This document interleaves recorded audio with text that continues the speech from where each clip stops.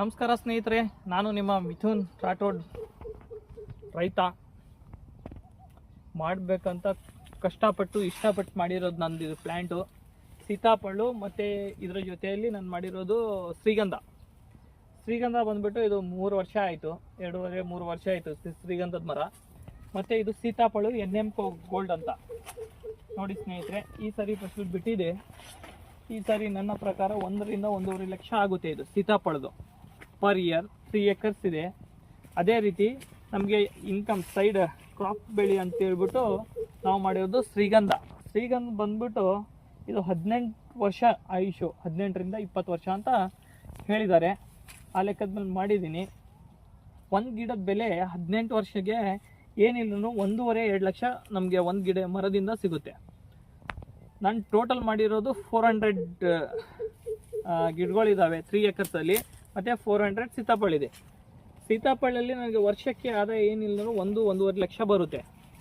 ಇದು 1.5 ಲಕ್ಷ ನನಗೆ ಮೇಂಟೆನೆನ್ಸ್ ಆಗಲಿ, ನನ್ನ ಮನೆ ಖರ್ಚಿಗಾಗಲಿ ಇದು ನಡೀತಾ ಇದೆ. ಮತ್ತು ಇದು ಬಂದುಬಿಟ್ಟು ನನಗೆ 18 ವರ್ಷ ನನ್ನ ರಿಟೈರ್ಮೆಂಟು. ಯಾರು ಜಾಬ್ ಮಾಡ್ತಾ ಇರೋರು ಬಂದ್ಬಿಟ್ಟು 30 ವರ್ಷಕ್ಕೆ ಜಾಬ್ ಹತ್ತಿದ್ರೆ 30 ವರ್ಷ 60 ವರ್ಷಕ್ಕೆ ರಿಟೈರ್ಮೆಂಟ್ ತೊಗೊಂಡು ಒಂದು 40 ಲಕ್ಷನೋ 50 ಲಕ್ಷನೋ 1 ಕೋಟಿನೋ ತೊಗೋಬೋದು.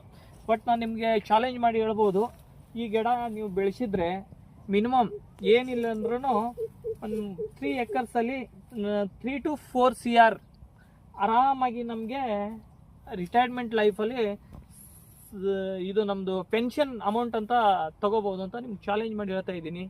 ನಮ್ಮ ಯುವ ರೈತರಿಗೆ ನಾನು ಹೇಳೋದಿಷ್ಟೇ, ನಾನು ಮಾಡಿದ್ದೀನಿ, ನೀವು ಮಾಡಿ. ನೀವು ಟೋಟಲ್ ಪ್ಲ್ಯಾಂಟ್ ಮಾಡೋಕ್ಕಾಗಲಿಲ್ಲ ಅಂದ್ರೂ ನಮ್ಮ ಬೋರಿನಲ್ಲಿ ಸುತ್ತಳತೆ ಇರೋದ್ರಲ್ಲಿ ಈ ಗಿಡ ಮಾಡಿ. ಇನ್ನೊಂದು ನಿಮ್ಗೆ ಅದೇ ರೀತಿ ತೋರಿಸ್ತೀನಿ, ಟೇಕ್ ಮಾಡಿದ್ದೀನಿ ನಾನು ಮಾಗಣಿ. 1 ನಿಮಿಷ ಮಾಗಣಿ ತೋರಿಸ್ತೀನಿ ಬನ್ನಿ ಸ್ನೇಹಿತರೆ. ಇದು ಬಂದ್ಬಿಟ್ಟು ನಮ್ಮದು ಮಾಗಣಿ.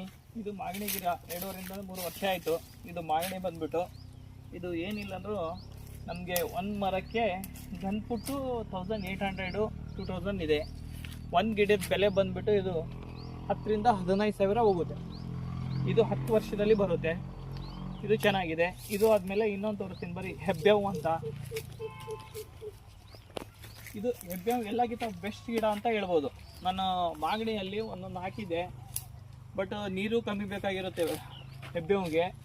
ಇದು 3 ವರ್ಷದ ಮರನೇ ನೋಡಿ ಯಾವ ಥರ ಬೆಳೆದಿದೆ ಅಂತ.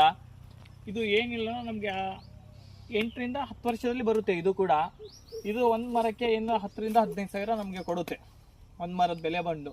ನೋಡಿ ಸ್ನೇಹಿತರೆ, ಈಗ 3 ವರ್ಷದಲ್ಲಿ ಯಾವ ಥರ ಬೆಳೆದಿದೆ ಅಂತ, ಇನ್ನೂ ಒಂದು 3-4 ವರ್ಷದಲ್ಲಿ ಯಾವ ಥರ ಬೆಳೆಯುತ್ತೆ